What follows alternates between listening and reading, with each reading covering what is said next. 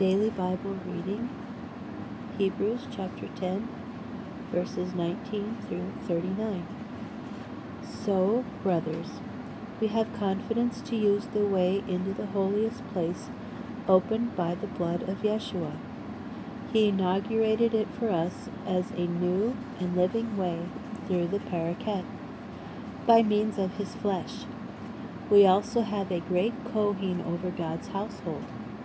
Therefore, let us approach the holiest place with a sincere heart, in the full assurance that comes from trusting, with our hearts sprinkled clean from a bad conscience and our bodies washed with pure water.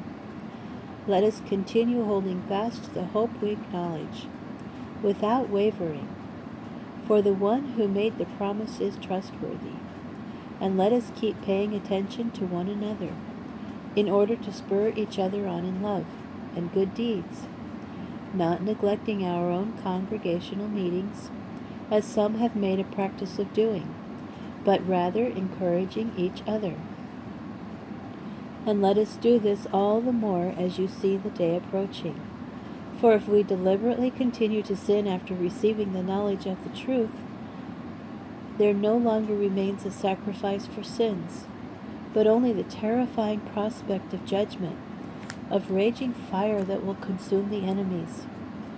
Someone who disregards the Torah of Moshe is put to death without mercy on the word of 2 or 3 witnesses.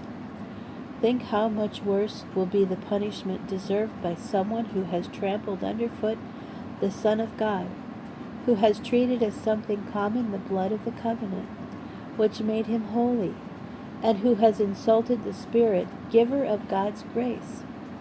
For the one we know is the one who said, "Vengeance is my responsibility, I will repay," and then said, "Adonai will judge his people." It is a terrifying thing to fall into the hands of the living God.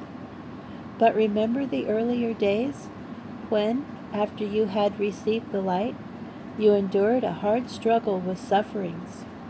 Sometimes you were publicly disgraced and persecuted, while at others you stood loyally by those who were treated this way. For you shared the sufferings of those who had been put in prison. Also, when your possessions were seized, you accepted it gladly, since you knew that what you possessed was better and would last forever. So don't throw away that courage of yours, which carries with it such a great reward. For you need to hold out, so that, by having done what God wills, you may receive what he has promised. For there is so little time. The one coming will indeed come, he will not delay. But the person who is righteous will live his life by trusting. If he shrinks back, I will not be pleased with him. However, we are not the kind who shrink back and are destroyed. On the contrary, we keep trusting and thus preserve our lives.